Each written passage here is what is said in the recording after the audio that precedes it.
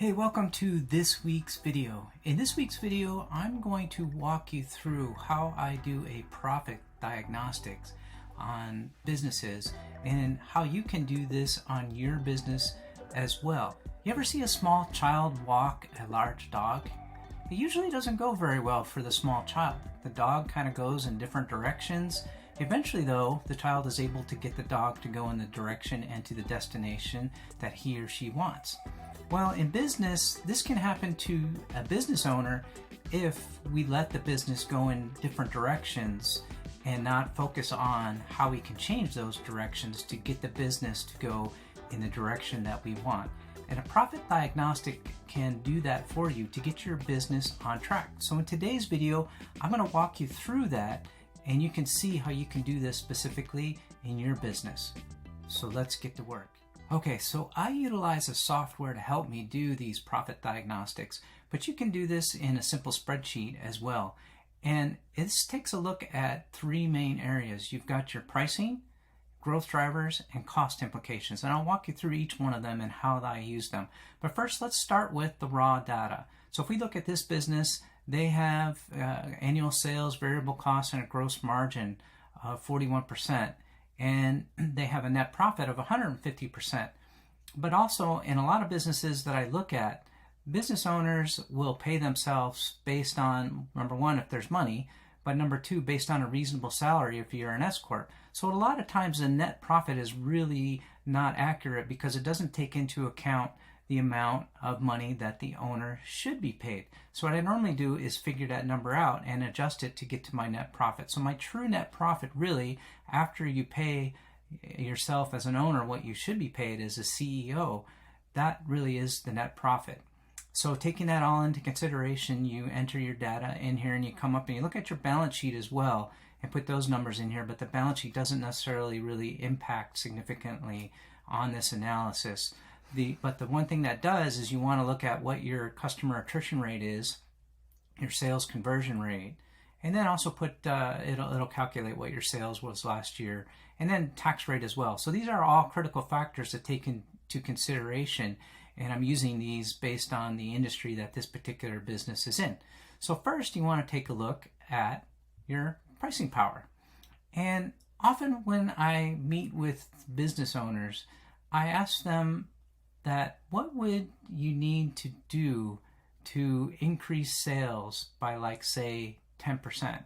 And often what I get is that, well, what I would do is I would decrease my prices by 10%, and based on that I think that I will gain 10% more customers. Well, when we go through the numbers, the reality is that the annual sales go down because you discounted your price, and also the actual impact to your profit is devastating because the decrease in profit is because your variable costs are still the same, but you've decreased your price. So that really doesn't work. So if you wanted to decrease your sales by 10%, what would you have to do to kind of break even or get back to even? You would actually have to increase the number of customers by 32% in order to be able to just break even. So, and oftentimes this doesn't help in decreasing your price. So what about if we said, well, let's increase our price? And let's say that we want to increase our price by 10%. How many customers do you think you'll lose if you increase your price by 10%? And we'll say that we'll lose 10% of our customers. Well, I actually decreased my revenue, but I increased my profit. But a lot of times owners will say, well, I'll probably lose a lot more customers. So what would I be able to lose without impacting negatively on my profit? And really, you could lose almost 20% of your customers and still break even. So in a lot of cases, that if you increase prices, the myth is that I'm going to decrease my profit, and a lot of times that may not be the case. You have to run the numbers. But let's go crazy. Let's say that we're going to increase our price by 15%, and we're going to actually lose 20% of our customers. Well, we've still increased our profit. In fact, we could actually lose a little bit more customers and still not necessarily impact our profitability in a negative manner. So let's be conservative. Let's be really conservative. Let's say that we're going to increase our prices by 3%. You should be able to increase your price by 3%. If not, maybe there's something else that needs to be looked at. But okay, let's just increase our prices by 3%. You're going to actually increase your profitability. And if you take a look at your results, you've now added almost $20,000 to your bottom line just by increasing your prices slightly. Now let's take a look at growth drivers. Let's say, what if we were able to do a better job on sales and marketing, maybe by focusing on specific products that generate a good profitability for us? Let's just say that we could increase our sales by 5% by doing that. And what if we actually focused on, well, we get a lot of leads. How can we improve our conversion of those leads into sales? Let's just say we work on that and we make a small change that increases sales by 5%. How would that impact our profitability? And what if we could do better marketing and increase how many customers and how much time they spend or how much they actually purchase from us? Let's say that we increase that by 5%. And you can see we just keep going down the list. What if we actually got them to increase the average spend? If we got them to just a slight 2% increase in sales, if we got them to increase what they actually bought from us each time they transact business with us. And we'll leave customer service. We'll assume that our customer service is pretty good. But if we could improve our customer service, how would that impact possibly on our customer attrition rate if we could improve that? But for now, we'll leave that at 0. So the idea behind this is that if we were able to make small changes in each of these areas, not all at once, but focus on them by setting goals that you could work on each month or periodically to improve these. And not only that, but let's measure them as well to see the impact.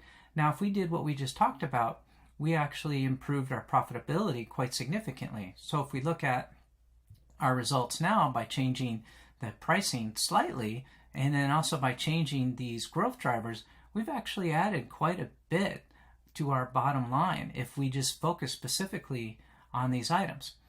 So now let's take a look at the cost implications. A lot of business owners focus on cutting costs before changing pricing or other drivers.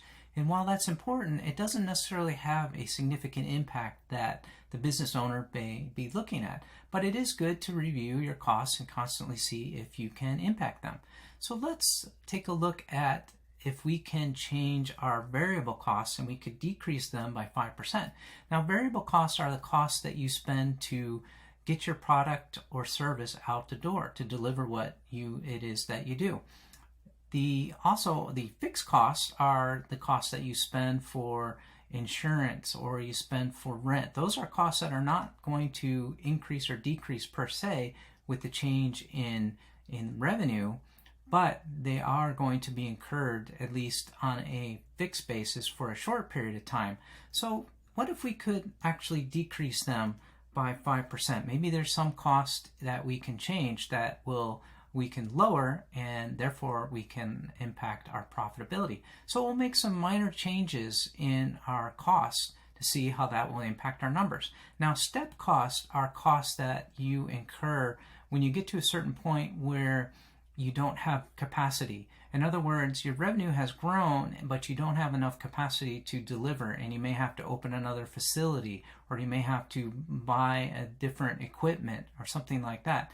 So I'm not going to take into consideration step costs. I'm going to assume, based on the slight changes that we're making, that we'll still be able to deliver the product or service that the business has with what we currently have on hand. Okay, so let's see what the results are for these changes in our costs. So as you can see, the profitability increased quite significantly by making these slight changes. And overall, the goal of this exercise is really to go through and take a look at if I make slight changes in my business and I'm able to focus on these areas every month, every quarter, and I'm able to measure the changes that I'm making, how is that impacting my results? Or what is it that I think that I could do in order to improve my profitability, and then go out there and actually start making these changes and measure the results. If you do that, you will be able to increase your profitability and make small tweaks to your business by constantly focusing on these numbers and reviewing and measuring your results. So it's very important that you run a profit diagnostic in your business, even if you're not struggling with profitability, because there's always room for improvement that you can make by focusing on these areas, setting goals, working with your team to obtain those goals as well. If you'd like, I can actually help you with a profit diagnostic on your business. Just reach out to me directly and I'd be glad to help you with that. So that's it for this week's video. If you have any comments, I would really appreciate the comments down below. And again, you can reach out to me with any questions. And if you haven't subscribed, it'd be great if you subscribed, and also be awesome if you got any value out of this video to hit that thumbs up button. Okay, until next time, thanks.